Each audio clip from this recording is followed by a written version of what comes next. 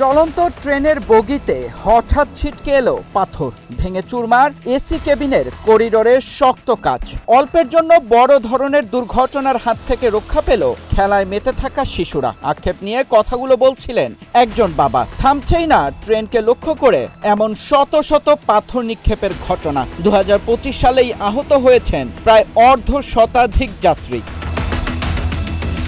চলন্ত ট্রেনে অশুভ এক আতঙ্কের নাম পাথর নিক্ষেপ। সম্প্রতি রামুর কাছাকাছি পৌঁছাতেই কক্সবাজারগামী পর্যটক এক্সপ্রেসের বগিতে পাথর ছুঁড়ে মারে দুর্বৃত্তরা। এসি কেবিন বগির করিডোরের দিকে পাথর এসে পড়ায় কোনো যাত্রী সরাসরি আহত হননি। তবে এই হামলার ঠিক কিছুক্ষণ আগেও সেই জায়গায় ছোট ছোট শিশুরা খেলছিল এবং জানালা দিয়ে সন্ধ্যানামা দেখছিল।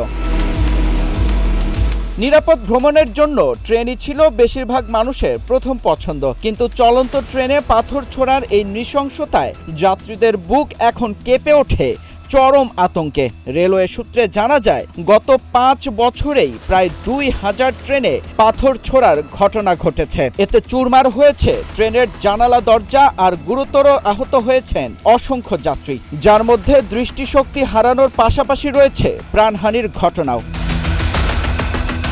আইন অনুযায়ী ট্রেনে পাথর ছুড়লে সর্বোচ্চ যাবজ্জীবন কারাদণ্ড সহ 10,000 টাকা জরিমানা এবং পাথরের আঘাতে মৃত্যু হলে 302 ধারায় মৃত্যুদণ্ডের স্পষ্ট বিধান রয়েছে। কিন্তু এরপরও থামানো যাচ্ছে না এই অপরাধ। সারা দেশে চলাচলকারী 332টি যাত্রীবাহী ট্রেনের জন্য চিহ্নিত করা হয়েছে 70 থেকে 72টি ঝুঁকিপূর্ণ স্পট, যেখানে দূরবর্তী বা নিরিবিলি এলাকাগুলো থেকে অনেকেই দুষ্কর্ম বা দুষ্টুমির ছলে এই পাথর ছুঁড়ে মারে।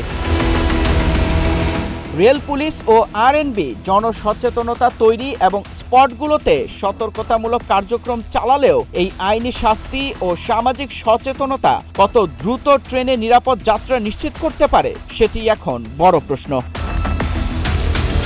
মেহেদী ইসলাম সোহাগ, গ্রিন টিভি ডিজিটাল।